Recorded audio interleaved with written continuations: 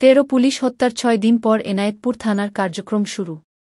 13 police সদস্যকে পিটিয়ে হত্যার ঘটনার 6 দিন পর সিরাজগঞ্জের এনায়েতপুর থানার কার্যক্রম শুরু হয়েছে।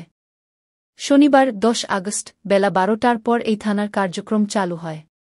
এ সময় উপস্থিত ছিলেন পুলিশের অতিরিক্ত উপমহাপরিদর্শক সৈরব রেজা আলম, জেলা প্রশাসক মীর মোহাম্মদ মাহবুবুর রহমান, লে কর্নেল নাহিদ আলামিন ও পুলিশ সুপার আরিফুর রহমান মণ্ডল। এছাড়া জেলার কাজীপুর ও সলঙ্গা থানার কার্যক্রমও শুরু হয়েছে আজ। অতিরিক্ত উপমহাপরিদর্শক সৈরব রেজা বলেন, প্রাথমিকভাবে আজকে থানার কার্যক্রম শুরু হয়েছে। আগামীকাল থেকে পূর্ণাঙ্গভাবে কার্যক্রম চলবে। তিনি আরও বলেন, পুলিশ না থাকার সুযোগে ডাকাত, ছিনতাইকারী ও চাঁদাবাজরা বিভিন্ন অন্যায় ও অপকর্ম করছে।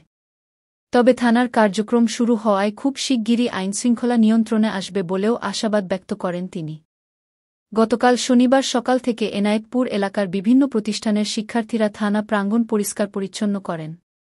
উল্লেখ্য, গত 4 আগস্ট বৈষম্যবিরোধী ছাত্র আন্দোলনের অসহযোগ কর্মসূচি চলাকালে এনায়েতপুর থানার 13 পুলিশ সদস্যকে পিটিয়ে হত্যা করা হয়।